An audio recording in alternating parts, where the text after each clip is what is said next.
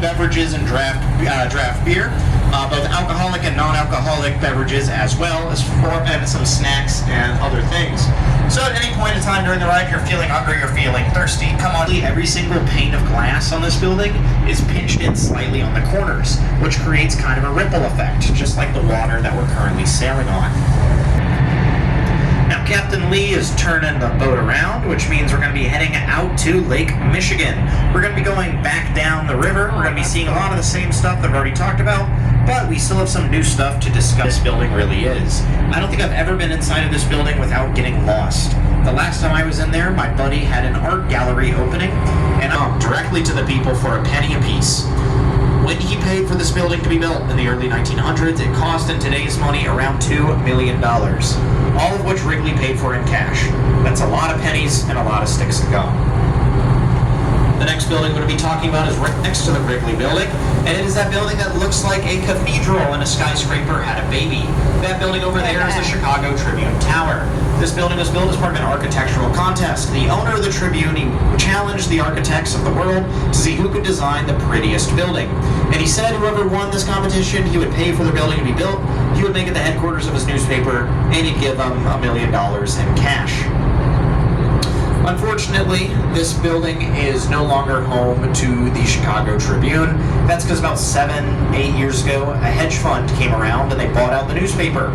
They fired most of the journalists, editors, and staff, and they gutted their office building and turned it into an upscale apartments.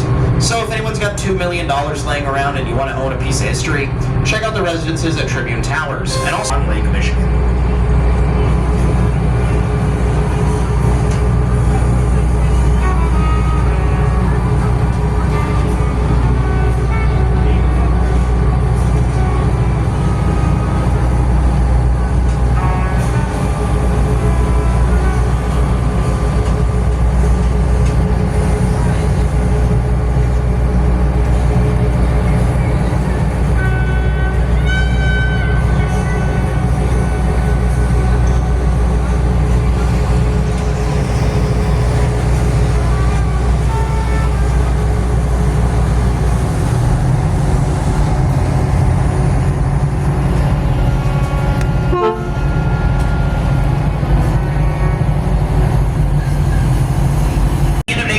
See a bunch of flags waving in the wind. My favorite flag of which is in the middle, and that is the Chicago flag. The Chicago flag is made up of 2 blue stripes, 3 white stripes, and 4 red stars. Now all these things in the Chicago flag, they mean something.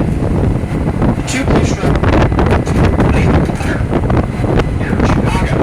We have Lake Michigan and the Chicago River. The white stripes represent the different sides of the city. We have the south side, the west side, and where I live, up on the north side. Finally, we have 4 red stars, and these red stars represent key events in Chicago's history. We've been chartering of the city, the Great Chicago Fire, and the 2 different times that Chicago hosted the World's Fair. On our left-hand side, you can see some green trees with some low buildings. If you're having a hard time seeing the buildings underneath the trees, do not worry, they're kind of boring to look at, but the buildings over there are very, very important. That is Chicago's water treatment facility. It's because of that building when I wake up every morning, I have clean water to shower, shave, and brush my teeth.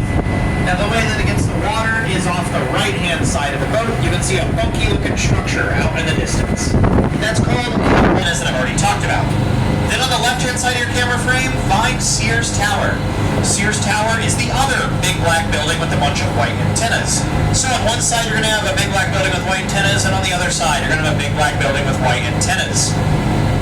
If you frame it just like that, all 5 of the tallest buildings in Chicago will be right there in a row for you. I'm going to name all these buildings really quick, and then I'll get off the mic and let you guys have a little photo breaks and try to take some good pictures. Starting on the left, we have Sears Tower. Big black buildings, a bunch of white antennas coming off the top of it, and that's the tallest building in the city. To the right of Sears Tower, we have a light gray building with black pinstripes running down it. That's the Aon Center.